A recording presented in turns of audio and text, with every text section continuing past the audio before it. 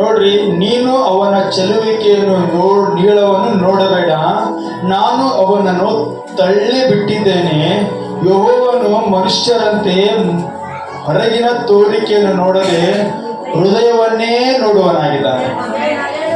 ಈ ಮಾತು ಒಬ್ಬ ಸೇವಕ ಸಮೂಹದ ಒಬ್ಬ ಪ್ರವಾದಿಗೆ ದೇವರು ಹೇಳ್ತಾ ಇದ್ದಾನೆ ಮಾತು. ಅಂದ್ರೆ ಒಬ್ಬನ ಅಭಿಷೇಕ ಮಾಡೋದಕ್ಕಾಗಿ ಸೇವಕರನ್ನ ಒಬ್ಬನ ಮನೆಗೆ ದೇವರು ಕಳಿಸಿಕೊಟ್ಟಿದ್ದಾನೆ. ಇವನೇ ದೇವರು ಹುಡುಕೊಂಡ, ಇವನೇ ದೇವರ ಅಭಿಷೇಕಕ್ಕಾಗಿ ಅವನಿಗೆ ಸಮೂಹದಲ್ಲಿ ಗೊತ್ತಾಗ್ತಾ ಇಲ್ಲ. ಅಲ್ಲಿ 7 ಜನರನ್ನ ಅದನ್ನು ಬದಲಾಯಿಸ್ತಾ ಹೋಗ್ತಾ ಇದ್ದಾನೆ. ಆದರೆ ಒಬ್ಬ ಸಮೂಹೇಲನಿಗೆ, ಒಬ್ಬ ಪ್ರವಾದಿಗೆ ಗೊತ್ತಾಗದೆ ವ್ಯಕ್ತಿ ಇಲ್ಲ ದೇವರು ಕಂಡುಹಿಡಿತಾ ಇದ್ದಾನೆ. ಅದರ ಬಗ್ಗೆ ಸಂದೇಶ. Hallelujah, hallelujah, hallelujah. ಅದಕ್ಕಿಂತ ಮುಂಚೆ 1:16 ಅಲ್ಲಿ 1ನೇ ವಾಕ್ಯದಲ್ಲಿ, ನಿನ್ನನ್ನು ಬೆತ್ಲೆಹೇಮಿನವನಾದ ನಾನು ನಿನ್ನನ್ನು, ಸತ್ಯವಾದ ತೆಗೆದವರು ನಾನು ನಿನ್ನನ್ನು, 16ನೇ ಅಧ್ಯಾಯ 1ನೇ ವಚನದಲ್ಲಿ ಮಾತು ಹೇಳಿದ್ರೆ, ನಾನು ನಿನ್ನನ್ನು ಬೆತ್ಲೆಹೇಮಿನವನಾದ ಇಷಯನ ಬಳಿಗೆ ಕಳುಹಿಸುತ್ತೇನೆ. ಅವನ ಮಕ್ಕಳಲ್ಲೊಬ್ಬನನ್ನು ಅರಸನನ್ನಾಗಿ ಆರಿಸಿಕೊಂಡಿದ್ದೇನೆ. ಸಾಕ್ರಿ. ಹಲ್ಲೆಲೂಯಾ. ಇದರ ಹಿಂದಿನ ಸನ್ನಿವೇಶ ಬಹಳ ದೊಡ್ಡದಿದ್ದಾರೆ. ಇಲ್ಲಿ ಮಾತ್ರ ಒಂದು ಪೇಜಲ್ಲಿ ಇರೋದನ್ನು ಮಾತ್ರ ನಿಮ್ಮೊಂದಿಗೆ ವಿವರಿಸ್ತೇನೆ. ಇಲ್ಲಿ ಇಷಾಯನ ಒಬ್ಬ ಒಂದು ಕುಟುಂಬದ ಒಬ್ಬ ವ್ಯಕ್ತಿ, ಆತನಿಗೆ 8 ಮಂದಿ ಮಕ್ಕಳು. ಇಸ್ಸಾ ಅಂದ್ರೆ ನೋಡಿ, ಇದರಲ್ಲಿ ಬೆತ್ಲೆಹೇಮಿನಲ್ಲಿ ಇಷಯನ ಒಬ್ಬ ವ್ಯಕ್ತಿ, ಆ ಇಷಯನಿಗೆ 8 ಮಂದಿ ಮಕ್ಕಳ್ರಿ. ಆ 8 ಮಂದಿ ಮಕ್ಕಳು ಅವನ ಮನೆಗೆ ಒಬ್ಬ ಸಮೂಹೇಲನಿಗೆ ಪರಲೋಕದ ದೇವರು ಹೇಳ್ತಾ ಇದ್ದಾನೆ, ನೀನೇನ್ ಮಾಡು, ಒಬ್ಬ ಇಷಾಯನು ಇದ್ದಾನೆ, ಅವನ ಮಕ್ಕಳಲ್ಲಿ ಒಬ್ಬನನ್ನು ಇಸ್ರಾಯೇಲರಿಗೆ ಅರಸನಾಗಿ ಆಳೋದಕ್ಕಾಗಿ ನಾನು ಆರಿಸಿಕೊಂಡಿದ್ದೇನೆ. ನೀನು ಅಲ್ಲಿ ಹೋಗು, ಅವನ ಅಭಿಷೇಕ ಮಾಡು. ಅಂದ್ರೆ ಸಮೂಹೇಲನಿಗೆ ಪ್ರವಾದಿಗೆ ದೇವರು ಹೇಳ್ತಾ ಇದ್ದಾನೆ. ಇಷಾಯನು ಒಬ್ಬ ವ್ಯಕ್ತಿ, ಆತನಿಗೆ 8 ಮಂದಿ ಮಕ್ಕಳು. ಆ 8 ಮಂದಿ ಮಕ್ಕಳ ಒಳಗಡೆ ಒಬ್ಬನಿದ್ದಾನೆ, ದೇಶ ಆಳುವನು, ಇಸ್ರಾಯೇಲರನ್ನ ಆಳುವನು, ಜನರನ್ನ ಆಳುವನು, ಅನೇಕ ವ್ಯಕ್ತಿಗಳನ್ನ ಆಳುವನು ಒಬ್ಬನಿದ್ದಾನೆ. ನೀನು ಹೋಗಿ ಅವನನ್ನು ಅಭಿಷೇಕ ಮಾಡಿ ಬಾ. ಹೋಗಿ ಏನ್ ಮಾಡು, ಏನ್ ಅಭಿಷೇಕ ಮಾಡಿ ಬಾ, ನಾ ಮುಂದಿನ ಅದನ್ನು ನೋಡ್ಕೊಳ್ತಾರೆ. ಅಭಿಷೇಕ ಮಾಡೋದಕ್ಕಾಗಿ ಒಬ್ಬ ಪ್ರವಾದಿಯನ್ನು ದೇವರು ಇಷಾಯನ ಮನೆಗೆ ಕಳಿಸುತ್ತಿದ್ದಾನೆ. ಅದಕ್ಕಿಂತ ಮುಂಚೆ ಸೌಲನು ಅರಸನಾಗಿದ್ದ. ಆ ದೇವರ ಮಾತಿಗೆ ಅವಿಧೇಯನಾದ. ದೇವರು ಅವನನ್ನು ತಳ್ಳಿಬಿಟ್ರು.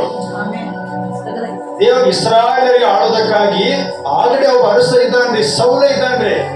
ಹೆಂಗ್ ನಡೆಸಬೇಕು, ಹೆಂಗ ಆಳ್ಬೇಕು, ಅರಸ ಇದ್ದಾನ್ರಿ. ಅವನ ಅರಸ ಏನ್ ಮಾಡಿದ, ದೇವರ ಮಾತಿಗೆ ಅವಿಧೇಯನಾದ. ದೇವರು ತಳ್ಳಿಬಿಡ್ತಾರೆ. ಹಾಗೆ ಅರಸನು ಸೌಲನನ್ನು ದೇವರು ತಳ್ಳಿಬಿಟ್ಟ. ಅವಾಗ ದೇವರಿಗೆ ಒಬ್ಬ ವ್ಯಕ್ತಿ ಬೇಕು. ಅದಕ್ಕೆ ಸೇವಕರ ಮುಖಾಂತರವಾಗಿ ಹೋಗಿ ಇಂಥ ಮನೆಗೆ ಹೋಗೋ, ಇವನು ಅಭಿಷೇಕ ಮಾಡಿರುವಾಗ ಅವಾಗ ಇದು ಹೇಳಿದಂತ ಒಂದು ಸಂದೇಶ. Hallelujah, hallelujah, hallelujah. ಸಮೂಹೇಲ ಒಬ್ಬ ಪ್ರವಾದಿ ಇಷಾಯನ ಮನೆಗೆ ಹೋದ್ರೆ ಅಲ್ಲೊಂದು 6ನೇ ವಚನದ ಹೋದ್ರಿ, ಅದು ಬೇಡ್ರಿ. ಇಲ್ಲಿ 5 ವಚನದ ಹೋದ್ರಿ. 5 ಬಂದಿದ್ದೇನೆ, ನೀವು ನಿಮ್ಮನ್ನು ಶುದ್ಧಪಡಿಸಿಕೊಂಡು ನನ್ನ ಜೊತೆಗೆ ಎದ್ದಕ್ಕೆ ಬನ್ನಿರಿ ಎಂದು ಹೇಳಿ ಈಶಯನನ್ನು ಅವನ ಮಕ್ಕಳನ್ನು ಶುದ್ಧೀಕರಿಸಿ ಅವರನ್ನು ಎದ್ದಕ್ಕೆ ಕರೆದನು. ಅವನು ಬರಲು ಅವನು ಎಲಿಯಾಬನನ್ನು ನೋಡಿ ನಿಶ್ಚಯವಾಗಿ ಯೆಹೋವನು ಅಭಿಷೇಕಕ್ಕೆ ಆರಿಸಿಕೊಂಡವನು ಆತನ ಮುಂದೆ ಇದ್ದಾನೆ ಎಂದುಕೊಂಡನು. ಸಾಕು. ಹಲ್ಲೆಲೂಯಾ. ಈ ಸಮಯದ ಪ್ರವಾದಿಗೆ ದೇವರು ಹೇಳ್ಬಿಟ್ರು, ಒಬ್ಬ ಈ ಇಸ್ರಾಯೇಲರನ್ನು ಆಳೋದಕ್ಕಾಗಿ ಒಬ್ಬ ಏನ್ ಬೇಕು, ಒಬ್ಬ ಅರಸ ಬೇಕು. ಅರಸರನ್ನ ಇಷಾಯನ ಮನೆಗೆ ನೀನು ತುಂಬಿ ಎಣ್ಣೆಯನ್ನು ತೆಗೆದುಕೊಂಡು ನೀನು ಆತನ ಮನೆಗೆ ಹೋಗು. ಅಲ್ಲಿ ಏನ್ ಮಾಡ್ಬೇಕಲ್ಲ ಅದನ್ನೆಲ್ಲ ನಾನೇ ನಿಂಗೆ ಅಲ್ಲಿ ಹೇಳ್ತನ್ನುವಾಗ ಈತನ ಪ್ರವಾದಿ ಕೂಡ ಪ್ರಾರ್ಥನೆ ಮಾಡಿ ಬಲ ಹೊಂದಿ ದೇವರ ಆಲೋಚನೆಗಳ ಕೇಳಿ, ದೇವರ ಒಂದು ಇಚ್ಛೆಯನ್ನು ಕೇಳಿ ಈತನು ಕೂಡ ಆ ಇಷಾಯನ ಮನೆಗೆ ಹೋದ. ಆ ಇಷಾಯನ ಮನೆಗೆ ಹೋಗಿ ಇಷಾಯನ್ ಹೇಳ್ತಾ ಇದ್ದಾನೆ, ನಿನ್ನ ಮಕ್ಕಳಲ್ಲಿ ಒಬ್ಬನನ್ನು ದೇವರು ಆರಿಸಿಕೊಂಡು ಇಸ್ರಾಯೇಲರನ್ನು ನಡೆಸುವುದಕ್ಕಾಗಿ ಮಾಡುವನಾಗಿದ್ದಾನೆ, ನಿನ್ನ ಮಕ್ಕಳನ್ನು ಕರೆದುಕೊಂಡು ಬಾ ನನ್ನ ಮುಂದೆ. ಎಷ್ಟು ಜನ ಮಕ್ಕಳು? ಎಲ್ಲರೂ ನನ್ನ ಮುಂದೆ ನಿನ್ನ ಕರೆದುಕೊಂಡು ಬಾ ಅನ್ನುವಾಗ ಇಷಾಯನು ದೊಡ್ಡ ಮಗ, ಎಲೀಯಾಬನು ದೊಡ್ಡ ಮಗ. ಇಷಾಯನು ವ್ಯಕ್ತಿರೇ ಎಲೀಯಾಬನನ್ನು ಸಮುವೇಲನ ಮುಂದೆ ತೆಗೆದುಕೊಂಡು ಬರುವಾಗ ಇವನು ಸಮುವೇಲ ಏನ್ ಮಾಡಿದ, ಇವನು ಅಭಿಷೇಕಕ್ಕೆ ಆರಿಸಿಕೊಂಡ ವ್ಯಕ್ತಿ ಇರಬಹುದಂತ ಹೇಳಿ ಅವನ ಮೇಲೆ ತಲೆ ಎಣ್ಣೆ ಹಚ್ಚಿ ಅಭಿಷೇಕ ಮಾಡೋದಕ್ಕೆ ಹೊರಟ. ಹಲ್ಲೆಲೂಯಾ. ಆ ಸಮಯದಲ್ಲಿ ದೇವರು ಹೇಳ್ತಾರೆ, ನೀನು ಅವನ ಚೆಲುವಿಕೆಯನ್ನು ನೀಳವನ್ನು ನೋಡಬೇಡ, ನಾನು ಅವನನ್ನು ತಳ್ಳಿ ಬಿಟ್ಟಿದ್ದೇನೆ. ಯೆಹೋವನು ಮನುಷ್ಯರಂತೆ ಹೊರಗಿನ ತೋರಿಕೆಯನ್ನು ನೋಡದೆ ಹೃದಯವನ್ನು ನೋಡುವನಾಗಿದ್ದಾನೆ. ನಿಮಗೊಂದು ಮನಸ್ಸಿನ ನಿಶ್ಚಯ ಇರಬೇಕು, ನನ್ನ ದೇವರು ನನ್ನ ಹೊರಗಿನ ತೋರಿಕೆಯನ್ನು ನೋಡೋದಿಲ್ಲ, ಹೃದಯವನ್ನು ನೋಡ್ತಾನೆ. ಒಳಗಡೆ ಪಾಪ ಮಾಡಿ ಕೂಡ ದೇವ್ರಿಗೆ ಗೊತ್ತು. ಕೆಲವು ಜನ ಪಾಪ ಮಾಡ್ತಾರೆ ನೋಡ್ರಿ, ಬಾಗಿಲು ಇಟ್ಕೊಂಡು ತಂದೆಗೆ ಗೊತ್ತಿಲ್ಲದೆ, ತಾಯಿಗೆ ಗೊತ್ತಿಲ್ಲದೆ, ಹೆಂಡತಿಗೆ ಗೊತ್ತಿಲ್ಲದೆ, ಗಂಡನಿಗೆ ಗೊತ್ತಿಲ್ಲದೆ, ಮೇಷ್ಟ್ರಿಗೆ ಗೊತ್ತಿಲ್ಲದೆ ಮರೆಯಾಗಿ ಮಾಡ್ತಾರೋ ಅದು ಕೂಡ ದೇವರಿಗೆ ಗೊತ್ತು. ದೇವ್ರ ಬಗ್ಗೆ ಏನಾದ್ರೆ, ಯೆಹೋವನು ಮನುಷ್ಯರ ತರ ಹೊರಗಿನ ತೋರಿಕೆ ನೋಡೋದಿಲ್ಲ, ಹೃದಯವನ್ನೇ ನೋಡುವನಾಗಿದ್ದಾನೆ. ನಿನ್ ಮನೆಯಲ್ಲಿ ಏನ್ ಮಾಡ್ತೀಯ, ಗಂಡ ವಿರುದ್ಧವಾಗಿ ಏನ್ ಮಾಡ್ತೀಯ, ಪಾಸ್ಟರ್ ವಿರುದ್ಧವಾಗಿ ಏನ್ ಮಾಡ್ತೀಯ, ಹೆಂಡತಿ ವಿರುದ್ಧವಾಗಿ ಏನ್ ಮಾಡ್ತೀಯ, ಕೆಲಸದಲ್ಲಿ ನೀನು ಹೇಗಿರ್ತೀಯ, ಎಷ್ಟು ದೇವರಿಗೆ ಎಲ್ಲ ಗೊತ್ತು. ನೀನ್ ಅನ್ಕೋತೀಯ ನಿಮ್ಗೆ ಯಾರು ನೋಡ್ತಾ ಇಲ್ಲ, ಮರೆಯಾಗಿ ಮಾಡಿ ಯಾರು ನೋಡೋದಲ್ಲ ನೀ ಅನ್ಕೋತೀಯ, ಆದರೆ ದೇವರು ಎಲ್ಲವೂ ಗೊತ್ತು. ಪ್ರತಿಯೊಬ್ಬರ ಹೃದಯದಲ್ಲಿ ಇದು ಆಲೋಚನೆ ಬರಬೇಕು. ಮರೆಯಾಗಿ ಮಾಡುವ ಪಾಪಗಳನ್ನು ದೇವರು ನೋಡುತ್ತಾನೆ. ಮರೆಯಾಗಿ ಸತ್ತರು ಕೂಡ ಪಾಪ ಮಾಡಕ್ ಹೋಗ್ಬೇಡ್ರಿ, ಸಾಯಿರಿ, ಅದ್ರ ಬದಲು ಸತ್ತೋಗ್ರಿ. ಪಾಪದ ಜೀವಿತ ನಮಗೆ ಇರಬಾರದು. ಹಲ್ಲೆಲೂಯಾ. ಇಲ್ಲಿ ಸಮುವೇಲನಿಗೆ ದೇವರು ಹೇಳ್ತಾ ಇದ್ದಾರೆ, ನೀನು ಅವನ ಮೇಲೆ ಚೆಲುವಿಕೆ ನೋಡಬೇಡ, ಇವನೇ ಅಭಿಷೇಕ ವ್ಯಕ್ತಿ ಅಂತ ಹೇಳ್ಕೋಬೇಡ, ಇವನ ಅಲ್ಲ, ಇವನು ತಳ್ಳಿ ಬಿಟ್ಟಿದ್ದೇನೆ ಅನ್ನುವಾಗ ಸಮುವೇಲನು ಇಷಾಯನಿಗೆ ಅಂದ, ಈತನಲ್ಲ ಇನ್ನೊಬ್ಬನ ಮಗನ ಕರೆದುಕೊಂಡು ಬಾ. ಇಷಾಯ ಏನ್ ಮಾಡಿದ, ಮತ್ತೊಬ್ಬನ ಮಗನ ಕರೆದುಕೊಂಡು ಬಂದ. ಆ ಮಗನ ಹೆಸರು ನದಾಬನು. ಮುಖ್ಯ ವಾಕ್ಯ ಇದ್ದಾರೆ 8ನೇ ವಚನದಲ್ಲಿ ಓದ್ರಿ, ನಾವು ಓದ್ತೀನಿ. ಇಷಾಯನು ಅಬೀನದಾಮನು ಸಮುವೇಲನ ಬಳಿಗೆ ಬರಲು ಸಮುವೇಲನು ಯೆಹೋವನು ಇವನನ್ನು ಆರಿಸಿಕೊಳ್ಳಲಿಲ್ಲ. ಇವನು ಕೂಡ ನೋಡ್ರಿ, ದೊಡ್ಡ ಮಗ ಎಲೀಯಾಬನು ತೋರಿಸುವಾಗ ಇವನು ಅಲ್ಲ ಅಂತ ದೇವ್ರು ಹೇಳಿದ. ಬೇರೆ ಒಬ್ಬ ಮಗ ಬಂದ, ಇವನು ಕೂಡ ದೇವ್ರು ಅಲ್ಲ ಅಂತ ಹೇಳಿದ. ಅವನು ಇಷಾಯನ್ ಏನ್ ಮಾಡಿದ, ನನಗೆ 8 ಮಂದಿ ಮಕ್ಕಳು, ಒಂದೇ ಏನ್ ಮಾಡ್ತಾನ್ರಿ, ಒಬ್ಬ ಮಗ ಹುಷಾರಾಗಿದ್ದಂದ್ರೆ ಅವನಿಗೆ ಒಂದು ಕೆಲಸ ಕೊಡ್ತಾನೋ, ಬೇರೆ ಮಗನಿಗೆ ಆ ಕೆಲಸ ಕೊಡ್ತಾನೋ, ಬೇರೆ ಮಗನಿಗೆ ಬೇರೆ ಕೆಲಸ ಕೊಡ್ತಾನೋ, ಏನು ಉಪಯೋಗ ಇಲ್ಲದ ಅವನ ಸಣ್ಣ ಕೆಲಸ ಇಡ್ತಾನೆ, ಎಲ್ಲೋ ಹೆಂಕಸ್ ಮಾಡೋದಕ್ಕಾಗಿನೋ ಹೊಲ ಉಳುಮೆ ಮಾಡಿ ಇಡ್ತಾರಲ್ರಿ. ಹಂಗಾದ್ರೆ ಮಗ ಇಷಾಯನ್ ಏನ್ ಮಾಡಿದ, ತನ್ನ ಮಕ್ಕಳನ್ನೆಲ್ಲ ತನ್ನ ಪ್ರವಾದಿ ಮಂದಿ ಕರ್ಕೊಂಡು ಹೋಗ್ತಾ ಇದ್ದಾನೆ. ರಾಜರನು ಸೈನಿಕ ಆಗಿರುವಂತವನು, ಆ ಸೌರನ ಕೈಯಲ್ಲಿ ಸೈನಿಕರ ವೃತ್ತಿ ಮಾಡ್ತಾ 3 ಜನ, ಮೊದಲು 3 ಜನ ಮಕ್ಕಳು ಸೈನಿಕರಾಗಿದ್ದರು. ಇವನು ಇರಬಹುದು, ಇವು ನನ್ನ ಮಗ ಅರಸಾಗಲಿ, ಇವು ನನ್ನ ಮಗ ಅರಸಾಗಲಿ, ಇವು ನನ್ನ ಮಗ ಗ್ರಾಮ ಆಗಲಿ, ಈ ನನ್ನ ಮಗ ಅರಸರಿಗೆ ಹೆಸರಾಗಿ. ಇದು ತಂದೆಯ ಆಲೋಚನೆ, ಇಲ್ಲಿ ಇಷಾಯನ ಆಲೋಚನೆ ಅನ್ನುವಾಗ ಮೊದಲ ಮಗ ತಂದು ನಿಲ್ಲಿಸಿದ, ಮೊದಲ ಮಗ ಬೇಡ. 2ನೇ ಮಗ ತಂದು ನಿಲ್ಲಿಸಿದ, ಇವನು ಅಲ್ಲ. ನಾ ಸಂದೇಶರಿ ಒಂದು ಸ್ವಲ್ಪ ಅರ್ಥ ಹಾಗೂ ನಿಧಾನವಾಗಿ ಹೇಳ್ತಾ ಇದ್ದೇನೆ, ಎಲ್ಲರೂ ಸಂದೇಶ ಒಳಗೆ ಹೋಗ್ಬೇಕು. ಹಲ್ಲೆಲೂಯಾ. 2ನೇ ಮಗನನ್ನು ಕೂಡ ದೇವರು ತಳ್ಳಿ ಬಿಟ್ರು. ಇಷಾಯನ್ ಏನ್ ಮಾಡಿದ, 3ನೇ ಮಗನನ್ನು ಕೂಡ ಕರೆದುಕೊಂಡ್ಬಿಟ್ರು. 9ನೇ ವಚನ, ತರುವಾಯ ಇಷಾಯನು ಶಮ್ಮ ಎಂಬವನನ್ನು ಬರಮಾಡಲು ಸಮುವೇಲನು ಯೆಹೋವನು ಇವನನ್ನು ಆರಿಸಿಕೊಳ್ಳಲಿಲ್ಲ ಎಂದು ಹೇಳಿಬಿಟ್ಟನು. ಇಷಾಯನ್ ಏನ್ ಮಾಡಿದ, ಒಬ್ಬರ ಮಕ್ಕಳ ಮೇಲೆ ಎಲ್ಲ ಮಕ್ಕಳು 7 ಮಂದಿ ಮಕ್ಕಳನ್ನು ಸಮುವೇಲನ ಮುಂದೆ ತೋರಿಸುವಾಗ ಸಮುವೇಲನು ಇವರು ಯಾರು ಅಭಿಷೇಕಕ್ಕೆ ಯೋಗ್ಯರಲ್ಲ, ಅಭಿಷೇಕಕ್ಕೆ ಇವ್ರು ಯಾರು ಯೋಗ್ಯರಲ್ಲ ಅನ್ನುವಾಗ ಕೆಳಗಿನ ವಚನ ಹೋದ್ರೆ, ಹಲ್ಲೆಲೂಯಾ. 11ನೇ ವಚನ, ಹೀಗೆ ಇಷಯನು ತನ್ನ ಮಕ್ಕಳಲ್ಲಿ 7 ಮಂದಿಯನ್ನು ಅವನ ಬಳಿಗೆ ಬರಮಾಡಿದರು. ಅವನು ಯೆಹೋವನು ಇವರನ್ನು ಆರಿಸಿಕೊಳ್ಳಲಿಲ್ಲ ಎಂದು ನುಡಿದನು. ಆ, ನಿನ್ನ ಮಕ್ಕಳೆಲ್ಲ ಇಷ್ಟೇ ಮಂದಿಯೋ ಎಂದು ಕೇಳಲು ಕೇಳಲು ಅವನು ಆ, ಇವರೆಲ್ಲರಿಗಿಂತಲೂ ಚಿಕ್ಕವನು ಒಬ್ಬನಿರುತ್ತಾನೆ, ಆ, ಅವನು ಕುರಿ ಮೇಯಿಸುವುದಕ್ಕೆ ಹೋಗಿದ್ದಾನೆ ಎಂದು ಉತ್ತರ ಕೊಟ್ಟನು. ಆ. ಆಗ ಸಮುವೇಲನು ಅವನನ್ನು ಕರೆ ಕಳುಹಿಸು. ಆಮೇಲೆ ಸಾಕ್ರಿ. ಇಸಾನಿಗೆ ಸಮೂಹಲಿಕ್ಕೆ ಹೇಳ್ತೀನಿ, ಮಕ್ಕಳು ಇಷ್ಟೇನಾ? ಎಲ್ಲಾರು ಕರ್ಕೊ ಇಷ್ಟೇ ಮಕ್ಕಳ? ಅವ ಇಸಾನಿ ಹೇಳ್ತಿದ್ದಾನೆ, ಇಷ್ಟೇ ಮಕ್ಕಳಲ್ಲ, ಇನ್ನೊಬ್ಬ ಇದ್ದಾನೆ, ಅವನು ಕುರಿ ಮೇಯಿಸೋದಕ್ಕೆ ಕಾಡಿಗೆ ಹೋಗಿದ್ದಾನೆ. ಕುರಿ ಮೇಯ್ಸಕ್ಕ ಕಾಡಿಗೆ ಹೋಗಿದ್ದಾನೆ. ಎಲ್ಲಿ ಹೋಗಿದ್ದಾನೆ ಅವನೇ? ಅಂದ್ರೆ ತಳ್ಳಿ ಬಿಟ್ಟವನು ಸಣ್ಣ ಕೆಲಸ ಇರ್ತಾರೆ, ಹೌದಲ್ರಿ? ಸಣ್ಣ ಕೆಲಸ ಯಾವಾಗಲೂ ರೀ. ಹೌದು, ಈಗ ನೋಡ್ರಿ, ಒಳ್ಳೆ ಎಜುಕೇಶನ್ ಇರಲ್ಲ, ಒಳಗೆ ನಿಯತಿ ಇರ್ತದೆ, ಒಳಗರೆ ನೀತಿ ಧರ್ಮ ನ್ಯಾಯ ಎಲ್ಲ ಇರ್ತತಿ, ಅವ್ರಿಗೆ ಬೆಲೆ ಇರುವುದಿಲ್ಲ. ಈ ಲೋಕದಲ್ಲಿ ಪ್ರಾಮಾಣಿಕರಿಗೆ ಬೆಲೆ ಕೊಡುವ ಒಂದು ಒಬ್ಬ ದೇವರೊಬ್ಬನೇ. ಪ್ರಾಮಾಣಿಕರಿಗೆ ಮೇಲೆ ಯಾರು ಒತ್ತೋದಿಲ್ಲ, ಬೆಲೆ ಒತ್ತೋದಿಲ್ಲ. ಪ್ರಾಮಾಣಿಕರಿಗೆ ಯಾರು ಹುಡುಗಿನೂ ಕೊಡೋದಲ್ಲ, ಹುಡುಗನೂ ಕೊಡೋದಲ್ಲ, ಹೌದಲ್ರಿ? ನಾನು ಒಳ್ಳೆಯವರಿದ್ದೀನಿ, ಚೆನ್ನಾಗಿ ಸಾಕಂದ್ರೆ ಬೇರಪ್ಪ ನನ್ನ ಮಗಳನ್ನ ಕೊಡೋದಲ್ಲ, ನನ್ನ ಮಗಳನ್ನ ಕೊಡೋದಲ್ಲ ಅಂತ ಹೇಳ್ತಾರೆ. ಇಲ್ಲಿ ಒಬ್ಬನ ದೇವರು ಇಷ್ಟೇ ಮಂದಿ ಕೇಳಿಕೊಳ್ಳುವ ಇಸಾನು ಇನ್ನೊಬ್ಬ ಇದ್ದಾನೆ, ಅವನು ಕುರಿ ಮೇಯಿಸೋದಕ್ಕೆ ಎಲ್ಲಿ ಹೋಗಿದ್ದಾನೆ? ಕಾಡಿಗೆ ಹೋಗಿದ್ದಾನೆ. ಕುರಿ ಮೇಯಿಸಕ್ಕೆ ಎಲ್ಲಿ ಹೋಗಿದ್ದಾನೋ? ಕಾಡಿಗೆ ಹೋಗಿದ್ದಾನೋ. ಅವನನ್ನ ಕರ್ಕೊಂಡು ಬಾ. ಸಮಯ ಅವನನ್ನು ಕೂಡ ಕರ್ಕೊಂಡು ಬಾ. ನೋಡ್ರಿ, ನಿಮ್ಮ ದೇವರು ನಿಮ್ಮ ಪಟ್ಟಣದಲ್ಲಿ, ನಿಮ್ಮ ಮನೆಗಳಲ್ಲಿ, ನಿಮ್ಮ ಕುಟುಂಬದಲ್ಲಿ ನಿಮ್ಮನ್ನು ಜನ ಎಷ್ಟೇ ಕೇವಲವಾಗಿರ್ಲಿ, ಎಷ್ಟೇ ಸಣ್ಣ ಕೆಲಸದಲ್ಲಿರಲಿ, ಚೀಪಾಗಿ ನಿಮ್ಮನ್ನು ನೋಡ್ಲಿ, ಗಣನೀಯವಾಗಿ ತಗೊಳ್ಳದೇ ಇರಲಿ, ಸಣ್ಣ ಕೆಲಸವನ್ನೇ ಮಾಡ್ರಿ, ನೀವು ಸೋತು ಹೋಗ್ಬೇಡ್ರಿ. ಈ ಒಬ್ಬ ನೋಡ್ರಿ, ಈ ದಾವೀದನಿಗೆ 8ನೇ ಮಗ, ಇವನಿಗೆ ಆಗಿರ್ಬೋದಲ್ರಿ. ಇವನಿಗೆ ತಂದೆ ಸ್ವಲ್ಪ ಕುರಿ ಕೊಟ್ಟಿದ್ದ, ಅದನ್ನು ಕುರಿ ಕಾಯಿಸುವುದು ಆತನ ಕೆಲಸವಾಗಿತ್ತು. ತಂದೆ ಕೊಟ್ಟ ಕುರಿಗಳನ್ನು ಬೇರೆ 7 ಜನ ಮಕ್ಕಳೆಲ್ಲ ದೊಡ್ಡ ದೊಡ್ಡ ಕೆಲಸದಲ್ಲಿದ್ರು, ದೊಡ್ಡ ಜವಾಬ್ದಾರಿಗಳೆಲ್ಲ ಇದ್ರು. ಆದ್ರೆ ಸಣ್ಣ ಮಗನೇ ಕುರಿ ಮೇಯಿಸೋದಕ್ಕಾಗಿ ದಿನ ಹೇಳೋದು, ಕುರಿ ಹೊಡ್ಕೊಳ್ಳೋದು, ಕುರಿ ಮೇಯ್ಸಕ್ಕೆ ಹೋಗ್ಕೊಳ್ಳೋದು.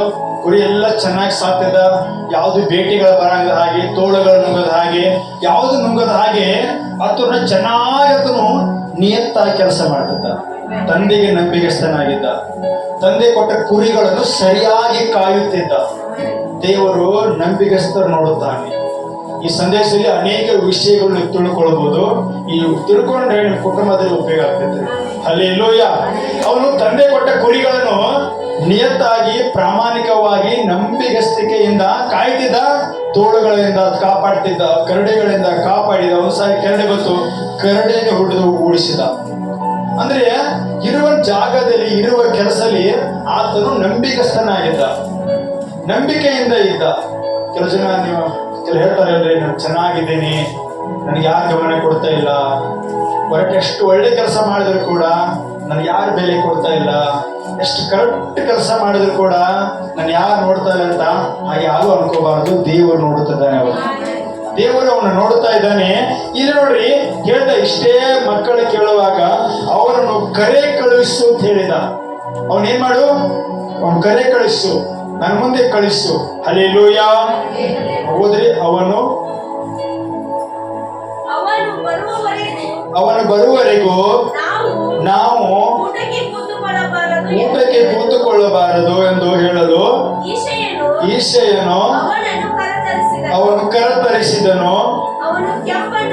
ಅವನು ಕೆಂಬಣ್ಣದವನು, ಸುಂದರ ನೇತ್ರನು, ನೋಟಕ್ಕೆ ರಮಣೀಯನು ಆಗಿದ್ದನು. ಯೆಹೋವನು ಸಮುವೇಲನಿಗೆ ಎದ್ದು ಇವನಿಗೆ ಅಭಿಷೇಕ ಮಾಡು. ಸಾಕ್ರಿ. ಹಲ್ಲೆಲೂಯಾ. ನೋಡ್ರಿ, ಅವನನ್ನ ಏನ್ ಮಾಡಿದ್ರು ಜನರೇ? ಅವನ ಅಣ್ಣ ತಮ್ಮಂದ್ರೆ ಅವನನ್ನ ಏನ್ ಮಾಡಿದ್ರು? ತಳ್ಳಿ ಬಿಟ್ಟಿದ್ದರು. ಅವನನ್ನ ಅಣ್ಣ ತಮ್ಮಂದ್ರು ತಳ್ಳಿ ಬಿಟ್ಟಿದ್ರು.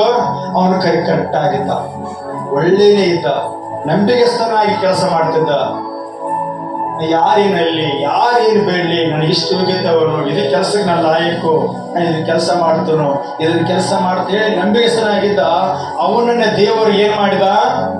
ಅವನು ಕರೆ ಕಳುಹಿಸಿ ಹೇಳಿದ, ಮರುಭೂಮಿಯಲ್ಲಿ ಅರಸರನ್ನು ಕಳಿಸಿಬಿಟ್ಟಲ್ಲಿ, ರಥ ಕಳಿಸಿಬಿಟ್ಟ. ಅವನು ಕರೆ ಕಳಿಸಲಕ್ಕ ಆ ದಾವೀದನನ್ನು ಕುರಿ ಕಾಯುವಂತವನ್ನ ಕಳಿಸಲಕ್ಕೆ ಎಲ್ಲರೂ ಏನ್ ಮಾಡ್ತಾರೆ? ಕುರಿಕಾಯಿ ಏನ್ ಕಳಿಸ್ತಾರೆ? ಹೇಳ್ತಾರಲ್ರಿ, ಇವನು ಕರೆ ಕಳಿಸಕ ರಥನ ಕಳಿಸಿಕೊಟ್ರು. ರಥದಲ್ಲಿ ಅವನು ದಾವೀದನ್ನು ಕರೆದುಕೊಂಡು ಬಂದರು. ರಥದಲ್ಲಿ ಕರೆದುಕೊಂಡು ಬಂದು ದಾವೀದನಿಗೆ, ಸಮುವೇಲನಿಗೆ ದೇವರು ಹೇಳ್ತಿದ್ದಾನೆ, ನಾನು ಇಸ್ರಾಯೇಲರನ್ನು ಆಳುವುದಕ್ಕೆ ಆರಿಸಿಕೊಂಡ ವ್ಯಕ್ತಿ ಇವನೇ. ಇವನು ನೀನು ಎದ್ದೇನು ಮಾಡು, ಅಭಿಷೇಕ ಮಾಡು. ಅವಾಗ ಸಮುವೇಲ ಏನ್ ಮಾಡಿದ, ಈ ದಾವೀದನು ತಳ್ಳಿ ಬಿಟ್ಟವನಾಗಿದ್ದ, ಸೋತು ಹೋದವನಾಗಿದ್ದ, ನೊಂದು ಬಿಟ್ಟವನಾಗಿದ್ದ. ನನ್ನ ಜೀವನ ಇಷ್ಟೇ, ನನ್ನ ಜೀವನ ಕುರಿ ಕಾಯ್ದಷ್ಟೇ, ನನ್ನ ಕಾಡಿನಲ್ಲಿ ನನ್ನ ಜೀವನ, ಇಲ್ಲೇ ನನ್ನ ಜೀವನ, ಇಲ್ಲೇ ನನ್ನ ಜೀವನ ಅಂತೇಳಿ ಆತನು ತಳ್ಳಿ ಬಿಟ್ಟಿದ. ಅವನನ್ನ ದೇವರಿಗೆ ಏನ್ ಮಾಡಿದ, ತಂದು ಅಭಿಷೇಕ ಮಾಡಿದ. ಇಂದು ಅನೇಕ ಜನ ಇಲ್ಲಿದ್ದೇವೆ, ಮನೆಯಲ್ಲಿ ಯಾವುದೋ ಒಂದು ಕೆಲಸವನ್ನು ದೇವರು ಕೊಟ್ಟಿದ್ದಾನೆ, ಎಲ್ಲೋ ಕೆಲಸ ಮಾಡ್ತಿದ್ದೀರಿ, ಕರೆಕ್ಟಾಗಿ ಜೀವಿಸ್ತಿದ್ದೀರಿ, ನಿಮ್ಮನ್ನು ಕೊಟ್ಟ ಕೆಲಸ ಕರೆಕ್ಟಾಗಿ ಮಾಡ್ತಾ ಇದ್ದೀರಿ. ಆದರೂ ಕೂಡ ನಿಮ್ಗೆ ಏನ್ ಸಿಗ್ತಾ ಇಲ್ಲ, ಬೆಲೆ ಸಿಗ್ತಾ ಇಲ್ಲ, ಕಿಮ್ಮತ್ ಸಿಗ್ತಾ ಇಲ್ಲ, ಒಂದು ಮಾನ ಸನ್ಮಾನ ಸಿಗ್ತಾ ಇಲ್ಲ. ನೀವು ಸೋತು ಹೋಗ್ಬೇಡ್ರಿ. ಇರುವ ಕೆಲಸದಲ್ಲಿ ನಿಯತ್ತರಾಗಿರಿ, ಇರುವ ಕೆಲಸದಲ್ಲಿ ನಿಯತ್ತರಾಗಿರಿ. ಇಲ್ಲಿ ನೋಡಿ, ಯೋವನು ಸಮವೇಲನ ಎದ್ದು ಇವನು ಅಭಿಷೇಕ ಮಾಡು, ನಾನು ಆರಿಸಿಕೊಂಡವನು ಇವನೇ ಎಂದು ಆಜ್ಞಾಪಿಸಲು ಸಮುವೇಲನು ಎಣ್ಣೆ ಕೊಂಬನ್ನು ತೆಗೆದುಕೊಂಡು ಅವನನ್ನು ಅವನ ಸಹೋದರನ ಮಧ್ಯದಲ್ಲೇ ಅಭಿಷೇಕಿಸಿದನು. ಆ ದಾವೀದನನ್ನ ದೇವರು ಏನ್ ಮಾಡಿದ್ರು, ಸಹೋದರ ಮಧ್ಯದಲ್ಲೇನೆ ಅಭಿಷೇಕ ಮಾಡಿಬಿಟ್ರು. Hallelujah, hallelujah. ಸಹೋದರ ಅಭಿಷೇಕಿಸಿದನು. ಕೂಡಲೇ ಯೆಹೋವನ ಆತ್ಮವು ದಾವೀದನ ಮೇಲೆ ಬಂದು ನೆಲೆಗೊಂಡಿತು.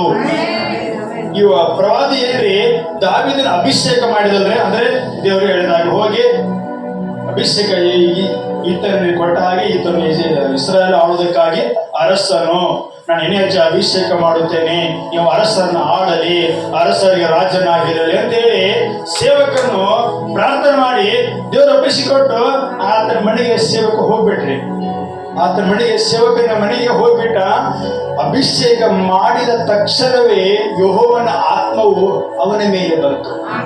ಪೂರ್ಣವಾಗಿ ಹೇಳ್ರಿ, ಕೂಡಲೇ ಯೆಹೋವನ ಆತ್ಮವು ದಾವೀದನ ಮೇಲೆ ಬಂದು ನೆಲೆಗೊಂಡಿತು.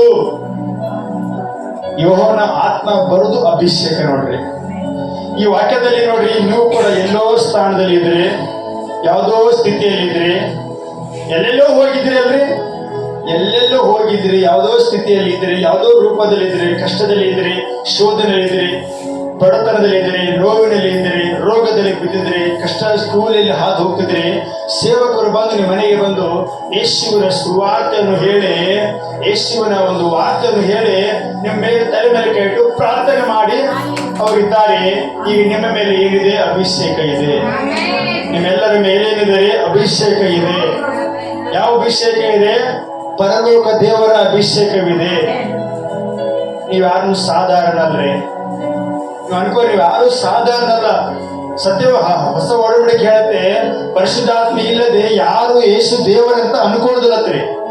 ಒಬ್ಬರಲ್ಲಿ ಪರಿಶುದ್ಧಾತ್ಮ ಇಲ್ಲದೆ ಹೋದರೆ ಯೇಸು ನಿಜವಾದ ದೇವರು ಇಲ್ಲ ಅಂತ ಹೇಳೋದಲ್ರಿ.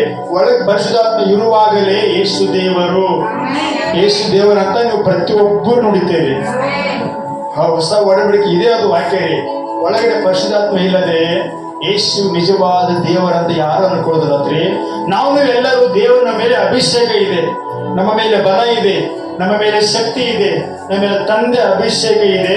ಇದ್ರ ಮುಂದಿನ ಭಾಗ ಒಂದು ಗಂಭೀರವಾಗಿರುತ್ತದೆ. ಹಲ್ಲೆಲೂಯಾ. ಏನಾಯ್ತು? ದಾವೀದನಿಗೆ ಅಭಿಷೇಕ ಆಗಿಬಿಡ್ತು. ಇಸ್ರಾಯೇಲ್ ಆಳೋದಕ್ಕಾಗಿ ಇವನ ಅಭಿಷೇಕ ದೇವರು ಮಾಡಿ ಹೋಗಿಬಿಟ್ಟ. ಇಲ್ಲಿಂದ ದಾವೀದ ಅರಸನಾಗಿರಲಿ, ದಾವೀದ ಅರಸನಲ್ಲಿ ಆಗಿರಲಿ. 12 ವರ್ಷಗಳ ಕಾಲ ದಾವೀದ ಕಷ್ಟಪಟ್ಟಿದ್ದಾನೆ. 12 ವರ್ಷಗಳ ಕಾಲ ದೇವರು ಶೋಧನೆಯಲ್ಲಿದ್ದ. 12 ವರ್ಷಗಳ ಕಾಲ ದಾವೀದನು ಕಷ್ಟದಲ್ಲಿದ್ದ. 12 ವರ್ಷಗಳ ಕಾಲ ಕಣ್ಣೀರಲ್ಲಿ ಇದ್ದ. ಅನೇಕ ವೈರಿಗಳ ಎದುರು ಅನೇಕ ಕಷ್ಟಗಳು ಬಂದು, ಶೋಧನೆಗಳು ಬಂದು, ಸಮಸ್ತ ವೈರಿ ಬಲಗಳು ಎಂದು ಈ ಅಭಿಷೇಕ ಮಾಡಿದ ತಕ್ಷಣವೇ ರಾಜನಾಗಲಿಲ್ಲ.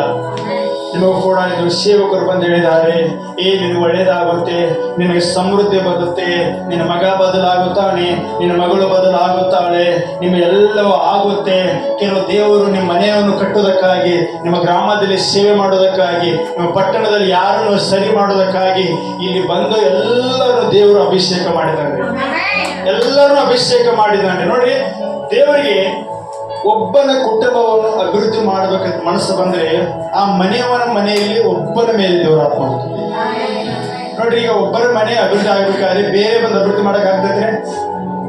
ಬೇರೆ ಬಂದು ಹೇಳ್ಬೋದು, ಅದೇ ಮನೆಯಲ್ಲಿ ಬೇಕಲ್ರಿ. ಒಬ್ಬನ ಕುಟುಂಬವನ್ನು ದೇವ್ರ ಮೇಲೆಗೆ ತರಬೇಕಂದ್ರ ಅವನ ಮನೆಯಲ್ಲಿ ಒಬ್ಬನನ್ನು ದೇವರು ಅಭಿಷೇಕ ಮಾಡ್ತಾನೆ. ಅಭಿಷೇಕ ಮಾಡಿ ಪರಿಶುದ್ಧ ಆತ್ಮನನ್ನು ಅವನ ಮೇಲೆ ಕೊಟ್ಟು ಬಿಡ್ತಾನೋ, ಅವನ ಅಲ್ಲಿಂದ ಕಷ್ಟಗಳ ಮಧ್ಯದಲ್ಲಿ, ಸೋದರ ಮಧ್ಯದಲ್ಲಿ ಯೇಸುವನ್ನು ಹಿಂಬಾಲಿಸಬೇಕು. ಯೇಸುವನ್ನು ಎಲ್ಲಿ ಬಿಟ್ಟು ಹೋಗಬಾರ್ದು. ಒಂದು ಸಾರಿ ಯೇಸು ನೀ ನನ್ನ ಮಗಳು, ನೀ ನನ್ನ ಮಗನಂತ ಹೇಳಿದ್ಬಿಟ್ರೆ, ಸೋದ ಬರುವಾಗ, ಕಷ್ಟ ಬರುವಾಗ, ಸಮಸ್ಯೆ ಬರುವಾಗ ನೀವು ಹೇಳಬಾರ್ದು. ಯೇಸುವನ್ನು ಬಿಟ್ಟು ಹೋಗಬಾರ್ದು, ಯೇಸುವನ್ನು ತೊರೆದು ಹೋಗಬಾರ್ದು. ಹಲ್ಲೆಲೂಯಾ. ಇಲ್ಲಿ ಅಭಿಷೇಕ ಆದ ಮೇಲೆ ಕುರಿ ಕಾಯ್ದವನ ಕೆಲಸ ನಿಮ್ಮ ಮುಂದೆ ವಿವರಿಸ್ತೇನೆ. ಹಲ್ಲೆಲೂಯಾ. ಇವಾಗ ಏನಾಗ್ತಿದ? ಕುರಿ ಕಾಯ್ತಿದ್ದ, ದೇವರನ್ನು ತೆಗೆದುಕೊಂಡು ಬಂದು ಅಭಿಷೇಕ ಮಾಡಿಬಿಟ್ರು. ಮುಂದೆ ಓದ್ರಿ 14ನೇ ವಚನ,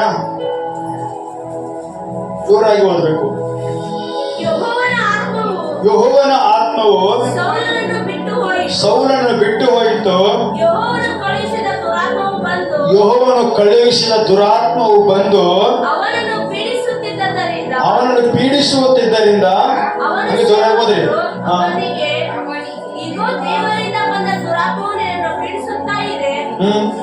ಸ್ವಾಮಿ ಅಪ್ಪಣೆಯಾಗಲಿ, ನಿನ್ನ ಸನ್ನಿಧಿಯಲ್ಲಿ ನಿಂತಿರುವ ನಿನ್ನ ಸೇವಕರಾದ ನಾವು ಹೋಗಿ ಕಿನ್ನರಿ ಬಾರಿಸುವವರಲ್ಲಿ ನಿಪುಣನಾದ ಒಬ್ಬನನ್ನು ಹುಡುಕಿ ತರುತ್ತೇವೆ.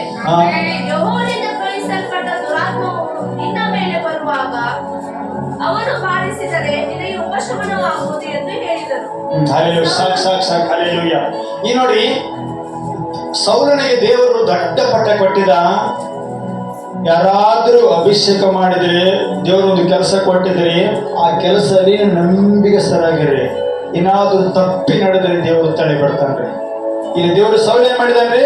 ಯೆಹೋವನ ಆತ್ಮವು ಸೌಲನ್ನು ಬಿಟ್ಟು ಹೋಯಿತು. ಬಿಟ್ಟು ಹೋದ ಮೇಲೆ ಯೆಹೋವನು ಕಳುಹಿಸಿದ ದುರಾತ್ಮವು ಅವನು ಬಂದು ಪೀಡಿಸುತ್ತಾ ಇತ್ತು. ಒಬ್ಬ ಸೌಲ ಇದ್ದ ನೋಡ್ರಿ, ಅರಸನಿದ್ದಿರುವಾಗ ಯೆಹೋವನ ಆತ್ಮ ಸೌಲನ ಮೇಲೆ ಇತ್ತು. ಯೆಹೋವನ ಆತ್ಮ ಆತನ ಬಿಟ್ಟು ಹೋಯಿತು. ಹಾಗೆಯೇ ಆತನ ಅಧಿಕಾರ ಕೇಳಿತ್ತು. ಇಸ್ರಾಯೇಲಿಗೆ ಅರಸನಾಗಿದ್ದ, ಇಸ್ರಾಯೇಲ್ ನಡೆಸುವಂತ ಅರಸನಾಗಿದ್ದ. ಒಳಗಡೆ ಯೆಹೋವನ ಆತ್ಮ ಹೋಗ್ಬಿಟ್ಟಿತ್ತು. ಇವ್ನು ಯೆಹೋವನ ಆತ್ಮ ಇರುವಾಗ ಯಾರ ಮೇಲೆ ಯುದ್ಧ ಮಾಡುತ್ತಾನೋ ಇವನಿಗೆ ಜಯ. ಯಾರಿಗೆ ನ್ಯಾಯ ಹೇಳ್ತಾನೋ ಆ ನ್ಯಾಯ ಯಶಸ್ಸು. ಜನರು ಯಾವುದನ್ನು ಹೇಳ್ತಾನೋ ಅಂದ್ರೆ, ನಾವು ಒಳಗಡೆ ನಾವು ಕುಟುಂಬದಲ್ಲಿ ಏನೋ ಮಾಡಬೇಕಾದ್ರೂ, ಏನೇ ಮಾಡಬೇಕಾದ್ರೂ ಯೆಹೋವನ ಆತ್ಮ ನಮಗೆ ಇರಬೇಕು. ಅಂದ್ರೆ ಪರಿಶುದ್ಧ ಆತ್ಮ ಇರಬೇಕು. ಹಳೆ ಒಡಂಬಡಿಕೆಯಲ್ಲಿ ಪರಿಶುದ್ಧ ಆತ್ಮ ಒಬ್ಬರ ಮೇಲೆ ಬರ್ತಾ ಇತ್ತು, ಹೋಗ್ತಾ ಇತ್ತು, ಬರ್ತಾ ಇತ್ತು, ಹೋಗ್ತಾ ಇತ್ತು. ಹೊಸ ಒಡಂಬಡಿಕೆಯಲ್ಲಿ ಯೇಸು ಪ್ರಾಣವನ್ನೇ ಕೊಟ್ಟು ಪರಿಶುದ್ಧ ಆತ್ಮನು ಸದಾ ಕಾಲ ನಮ್ಮ ಜೊತೆ ಇರೋದಕ್ಕೆ ದೇವರು ಕಳಿಸಿಕೊಟ್ಟಿದ್ದಾರೆ. ಹಳೆ ಒಡಂಬಡಿಕೆಯಲ್ಲಿ ದೇವರ ಆತ್ಮ ಅಂದ್ರೆ ಒಂದೇ, ಸತ್ಯದ ಆತ್ಮ ಅಂದ್ರೆ ಒಂದೇ, ಸಹಾಯಕ ಅಂದ್ರೆ ಒಂದೇ, ಪರಿಶುದ್ಧ ಆತ್ಮ ಅಂದ್ರೆ ಎಲ್ಲನೂ ಒಂದೇ. ಹಳೆ ಒಡಂಬಡಿಕೆ ಇದನ್ನು ಓದ್ರಿ, ಬರ್ತಾ ಇತ್ತು, ಹೋಗ್ತಾ. ನೀನು ಫಾಸ್ಟ್ ಹೇಳಿದ್ರಲ್ಲಿ ಯೆಹೋವನ ಮೇಲೆ ದೇವರ ಆತ್ಮನ ಇಳಿದು ಬಂದು ಆಗಬೇಕಾದೆಲ್ಲ ಹೇಳಿಬಿಟ್ಟ. ಹೇಳಿದ್ರೆ ಹೊಸ ಒಡಂಬಡಿಕೆಯಲ್ಲಿ ದೇವರು ಏನ್ ಮಾಡಿದ? ಯೇಸು ಸ್ವಾಮಿ ತನ್ನ ರಕ್ತವನ್ನೇ ಕೊಟ್ಟು ಸದಾ ಕಾಲ ನಮ್ಮನ್ನು ಸಕಲ ವಿಷಯದಲ್ಲಿ ಸತ್ಯಕ್ಕೆ ಸೇರಿಸುವುದಕ್ಕಾಗಿ ನಿಮಗೊಬ್ಬ ಸಹಾಯಕನನ್ನು ಕಳಿಸಿಕೊಡುತ್ತೇನೆ ಹೇಳುವಾಗ ಸಹಾಯಕನು ಕಳಿಸಿಕೊಟ್ಟ. ಇವ್ರು ನೋಡಿ, ಈಗ ಸೌಲನ ಮೇಲೆ ಅಭಿಷೇಕ ಎಲ್ಲ ಹೋಗ್ಬಿಡ್ತು, ದೇವರನ್ನು ಕಸಿದುಕೊಂಡು ಬಿಟ್ಟ. ನೋಡ್ರಿ, ನಮ್ಮ ಬಳಿ ಎಷ್ಟೇ ದೊಡ್ಡ ಪ್ರಾರ್ಥನೆ ಶಕ್ತಿ ಇರಲಿ, ಪ್ರಾರ್ಥನೆ ಅಭಿಷೇಕ ಇರಲಿ, ಆರಾಧನೆ ಅಭಿಷೇಕ ಇರಲಿ, ಪ್ರವಾದನೆ ಶಕ್ತಿ ಇರಲಿ, ಕುಟುಂಬ ನಡೆಸುವಂತ ಬಲ ಇರಲಿ, ದೇವರ ವಾಕ್ಯಕ್ಕೆ ತಪ್ಪಿ ನಡೆಯುವುದಾದರೆ ನಿಮಗೆ ಅರಿವಿಲ್ಲದೆ ಅದು ಹೋಗಿಬಿಡುತ್ತದೆ. ದೇವರ ವಾಕ್ಯಕ್ಕೆ ಅಪ್ಪಿತಪ್ಪಿ ನಡೆಯುವುದಾದರೆ ನಮಗೆ ಗೊತ್ತಿಲ್ಲದೆ ಹೋಗಿಬಿಡುತ್ತದೆ. ಆ ಸಮಯದಲ್ಲಿ ಆ ಸೌಲನ ಮೇಲೆ ಯೆಹೋವನ ಆತ್ಮ ಬಿಟ್ಟು ಹೋಯ್ತು. ಯೆಹೋವನಿಂದ ಬಂದ ದುರಾತ್ಮವನ್ನು ಕಾಡಿಸ್ತಾ ಇತ್ತು. ಅವಾಗವಾಗೆ ಸೋಲು, ಕಷ್ಟಗಳು, ಕಣ್ಣೀರು, ವೇದನೆಗಳು ಸೌಲನಿಗೆ ಬರ್ತಾ ಇತ್ತು. ಇವನನ್ನು ತೆಗೆದಕ್ಕೆ ಯಾರಾದ್ರೂ ಬೇಕಾದ್ರೆ ಬಾರಿಸೋದಕ್ಕಾಗಿ ಅಷ್ಟು ಹೊತ್ತಿಗೆ ಕುರಿ ಕಾಯಿಸುವುದು. ಕುರಿ ಕಾಯ್ದು ದಾವಿದ ಕಿನ್ನರಿ ರೆಡಿ ಆಗಿದ್ದ, ಕಿನ್ನರಿ ಬಾರಿಸೋ ರೆಡಿ ಆಗಿದ್ದ, ಒಳ್ಳೆ ವಾದ್ಯ ಬಾರಿಸೋ ರೆಡಿ ಆಗಿದ್ದ, ಚೆನ್ನಾಗಿ ಬಾರಿಸೋಕೆ ರೆಡಿ ಆಗಿದ್ದ. ಅವನು ಸುಮ್ಮನೆ ಕೊಂಡಿಲ್ಲ. ಅವನು ನಾನು ಕುರಿ ಕಾಯ್ಕೋತಿರ್ತೀನಿ, ನನ್ನ ಜೀವನ ಇಷ್ಟೇ, ನನ್ನ ಬದುಕು ಇಷ್ಟೇ ಅಂತ ಇರ್ಲಿಲ್ಲ. ಅವನು ಕಾಡಿನಲ್ಲಿ ಬಿಟ್ಟು ಕೂಡ ಆತನು ನಿಪುಣ ಆಗಿದ್ದ. ನೋಡಿ, ದಾವಿದನ್ನು ಕೊಲ್ಲುವಂತ ಶಕ್ತಿ ಕಾಡಿನಲ್ಲಿ ಕಲ್ತ್ಕೊಂಡಂತಾಗಿದ್ದ. ದಾವಿದನ್ನು ಕೊಲ್ಲುವಂತ ಬಲ ಕಾಡಿನಲ್ಲೇ ಕಲಿತುಕೊಂಡ ಸೌಲನ ಒಳಗಿರುವ ದುರಾತ್ಮನ ಶಕ್ತಿ ಓಡಿಸೋದಕ್ಕಾಗಿ ಕಾಡಿನಲ್ಲೇ ಆತನು ಜ್ಞಾನ ಕಲಿತ. ನೀವು ಯಾವ ಕೆಲಸದಲ್ಲಿ ಇದ್ದೀರೋ, ಯಾವ ವಿಷಯದಲ್ಲಿದ್ದೀರೋ, ನೀವು ಮೊದಲಲ್ಲಿ ಸಿದ್ಧರಾಗಿರಿ. ದೇವರು ನಿಮ್ಮನ್ನು ಸಿದ್ಧ ಮಾಡೋದಕ್ಕಾಗಿ ಸಣ್ಣ ಕೆಲಸ ದೇವರು ನಿಮ್ಮನ್ನು ಇಟ್ಟಿದ್ದಾನೆ. ಮೊದಲು ಸಿದ್ಧ ಆಗಿರಿ. ನಿಮ್ಮ ಬಲವನ್ನು ಎಲ್ಲಿ ತೋರಿಸ್ಕೋಬೇಡ್ರಿ. ಬಲ ನಿಮ್ಮ ಒಳಗಡೆ ಇರಲಿ, ನಿಮ್ಮ ಶಕ್ತಿ ನಿನ್ನ ಒಳಗಡೆ ಇರಲಿ, ನಿಮ್ಮ ಅಭಿಷೇಕ ನಿನ್ನ ಒಳಗಡೆ ಇರಲಿ. ನಿನ್ನ ತಲಾಂತು, ನಿನ್ನ ವರ, ನಿನ್ನ ಅಭಿಷೇಕ ನಿನ್ನ ಒಳಗಡೆ. ನಿನ್ನ ದಾವಿದ ಏನ್ ಮಾಡ್ತಾ ಇದ್ದ? ದೇವರು ಕೊಟ್ಟ ತಲಾಂತಗಳನ್ನ ಕುರಿ ಒಂದ್ಸಾರಿ ಕೊಲ್ಲೋದಕ್ಕಾಗಿ ಕರಡಿ ಬಂತು, ಕರಡಿನ ಓಡಿಸ್ಬಿಟ್ಟ. ದಾವಿದನಿಗೆ ನಿದ್ರೆ ಬರುವಾಗ ಬಾರಿಸಿದ ಕಿನ್ನರಿ ದೇವರ ಕಿನ್ನರಿ ಹಾಡ್ತಾ ನಿದ್ದೆ ಎಲ್ಲ ಹೋಗಿದ್ದು. ಇವನ ಆತ್ಮ ಇವನಲ್ಲಿ ಒಳಗಿತ್ತು. ಇವನು ಸೌಲನ ಒಳಗಿನ ದುರಾತ್ಮ ಹೋಗಬೇಕಾದ ಒಬ್ಬ ಬಾರಿಸೋದಕ್ಕೆ ಬೇಕಲ್ರಿ, ಒಬ್ಬ ಬಾರಿಸೋದಕ್ಕೆ ಬೇಕಲ್ಲ. ಅವಾಗ ಏನಂದ್ರು, ಒಬ್ಬ ಇಸ್ರಾಯೇಲನ ಮಗ ಬಿದ್ದಾನು, ಬಾರಿಸೋದ್ರಲ್ಲಿ ತುಂಬಾ ನಿಪುಣ. ಅವನು ಆರಾಧನೆ ಮಾಡ್ತಾನಂತೆ. ಯೋಹನ ಆತ್ಮ ಅವನ ಮೇಲಿದೆ ಅಂತೆ, ಯೋಹನ ಶಕ್ತಿ ಅದ್ರ ಇದೆ ಅಂತ. ಅಲ್ಲಿ ಸೌಲನ ರಾಜನಕ್ಕೆ ಇರುವಂತ ಒಬ್ಬ ವ್ಯಕ್ತಿಗಳು, ಇಲ್ಲೊಬ್ಬ ವ್ಯಕ್ತಿ ಇದ್ದಾನೆ, ಅಲ್ಲೊಬ್ಬ ವ್ಯಕ್ತಿ ಇದ್ದಾನೆ, ಅವನು ಕರೆದುಕೊಂಡು ಬಂದ್ರ ನಿನ್ನ ಒಳಗಿನ ದುರಾತ್ಮ ಬಿಟ್ಟು ಹೋಗ್ತೈತಿ. ಬತ್ರಿ ಏನ್ರಿ? ಅವನು ಕರ್ಕೊಂಡು ಬಂದ ಏನಾಗ್ತೈತಿ? ಸೌಲ ದುರಾತ್ಮ